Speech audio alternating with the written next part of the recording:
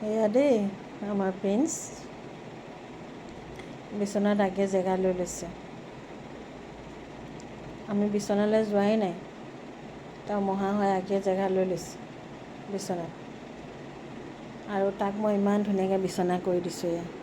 এখন তাৰ বিচনা, এয়া তাৰ বিচনা।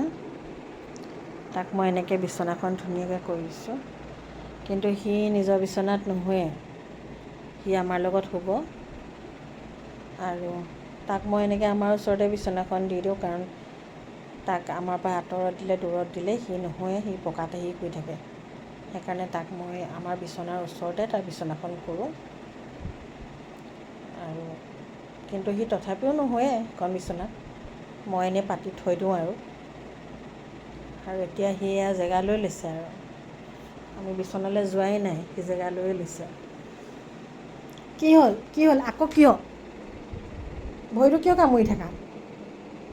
হা, ভৰিটো কিয় কামুৰি থাকা?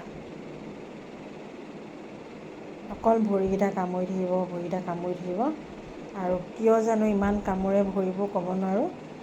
এনেকৈ কামুৰিব, কেতিয়াবা নিজে মানে কামুৰি নিজে তেজ উলিয়াই লয়, কেতিয়াবা কামুৰি ঘাঁ লগাই দিয়ে, আৰু পিছত আকৌ দৰৱ লগাই পেলাই আমি মানে ঘাঁটো তাৰ ভাল কৰোঁ, শুকুৱাওঁ। কেলৈ এনেকুৱা কৰে নাজানো।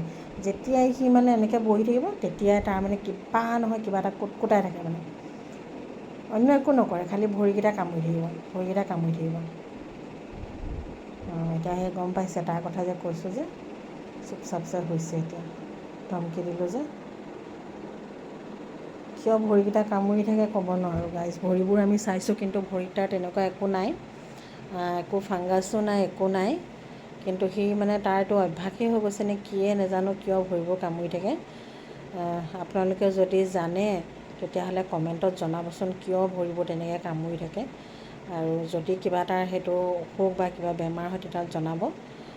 তেতিয়া মই তাক ডক্টৰক দেখুৱাম বা সুধিম কি কাৰণে কামুৰি থাকে। মইতো ক'ব নোৱাৰোঁ।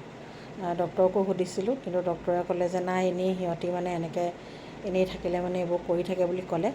কিন্তু সি মানে ইমানেই কামুৰি থাকে ভৰিবোৰ, মানে আমাকে দেখি মানে অশান্তি লাগি যায়গৈ। আৰু অকণমান ধমকি দিলে মানে সি নকৰে, তাৰপিছতে আকৌ কৰে। গতিকে আপোনালোকে যদি জানে তেতিয়াহ'লে কমেণ্টত জনাব।